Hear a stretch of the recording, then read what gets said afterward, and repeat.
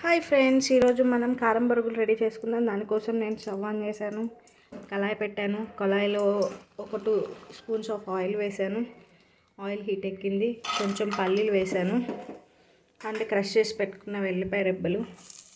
ఇది ఆప్షనల్, మీ ఇష్టం వచ్చినన్ని వేసుకోవచ్చు. ఇప్పుడు కొంచెం ఫ్రై చేద్దాం.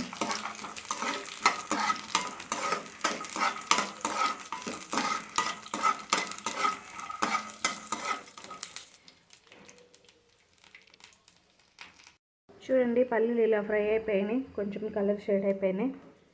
అండ్ కొంచెం పసుపు అండ్ క్రష్ చేసి పెట్టుకున్న 2 ఎండుమిరపకాయలు అండ్ కొంచెం కారం అండ్ టేస్ట్ తగినంత సాల్ట్ అన్నీ కలిపేద్దాం ఒకసారి.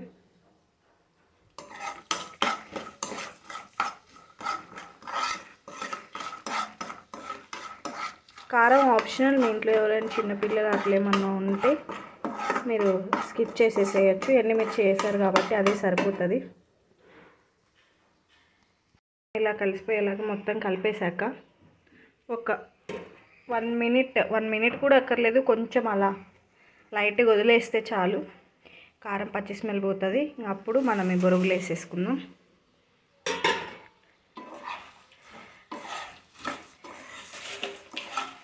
మనం వేసిన బొరుగులు మొత్తం ఆయిల్లో కలిసిపోయేలాగా బాగా కలిపేసుకోండి. ఇంకా చాలు, ఇలా మొత్తం కలిసిపోయేలాగా కలుపుకుంటే చాలు. ఇంకా స్టవ్ ఆఫ్ చేసేస్తున్నాను నేను. Thank you for watching. Please subscribe, share, like, click the bell icon.